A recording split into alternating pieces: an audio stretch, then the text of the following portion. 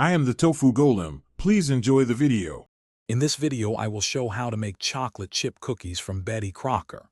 First, let's gather our ingredients. You'll need 1 cup of softened butter, 3/4 cup each of granulated and packed brown sugar, 2 large eggs, and 1 teaspoon of vanilla.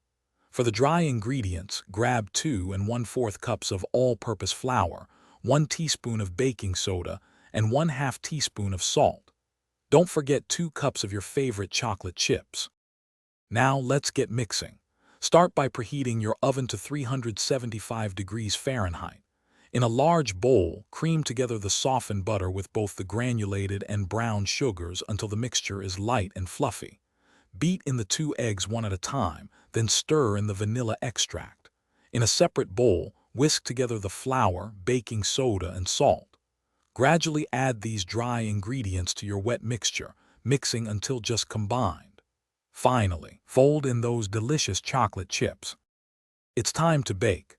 Drop rounded tablespoons of your cookie dough onto ungreased baking sheets, making sure to space them about 2 inches apart.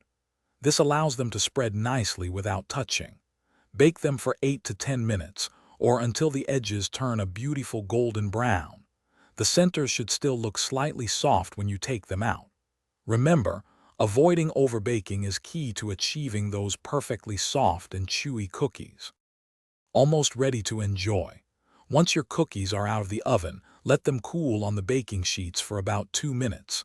This helps them set up properly. Then, carefully transfer them to a wire rack to cool completely. If you have any leftovers, which is unlikely, store them in an airtight container at room temperature to keep them fresh. Now, grab a glass of milk and savor your warm, homemade chocolate chip cookies. Thanks for watching. Consider subscribing if we helped you today.